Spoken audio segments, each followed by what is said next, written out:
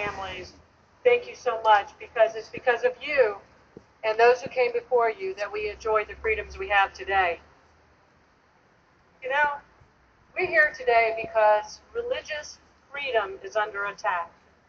Don't believe it when you hear that HHS has got something to do with a war on women. It's not a war on women. It's a war on religious liberty and our religious freedom. We're going to continue to point that out. Make no mistake, this is a war on religious freedom. It is a war on religious liberty, and we will no longer stand by and allow it to happen. I will tell you that this is a warning sign of what will come if this administration is allowed to go unchecked. If they're allowed to continue with their rules and their regulations each way, every step of the way, just chipping away at the very freedoms our Constitution has been enshrined for over 200 years. But this one is particularly bad to me. I've listened on the floor, I've listened in committee, and I've heard the other side. The congressional Democrats and the president say, this is a war on women. No, it is not a war on women. I want all of you to hear me clearly, as I told them in Washington, D.C.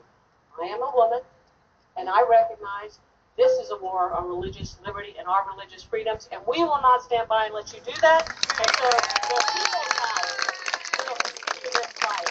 If the president and Secretary Sebelius won't back away from this unconstitutional mandate, we will fight this unconstitutional mandate. And we will not stand for our religious freedoms to be attacked. And the people's house will fight back. I want you to know that. I want you to understand and hear us when I tell you that, because I can't tell you how many people think that we're just going to quietly go away. We're not. This is your religious freedom, your religious liberty. It's enshrined in our Constitution. And as I said at a press conference, let's watch as they go by.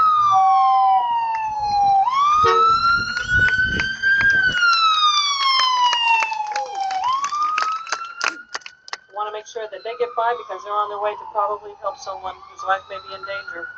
I really respect our first responders. As you know, I used to be one, and I still am, really. But I want you to know, as I told them at the press conference, when I was sworn into the military, I was sworn to uphold our Constitution. When I was sworn in as a deputy sheriff, I was sworn to uphold our Constitution. When I got sworn into the House of Representatives, I swore to uphold our Constitution. When I got sworn into the U.S. House, I swore again to uphold our Constitution. And Mr. Obama and Ms. Sebelius, you are violating our constitutional rights. Yes. This is a war on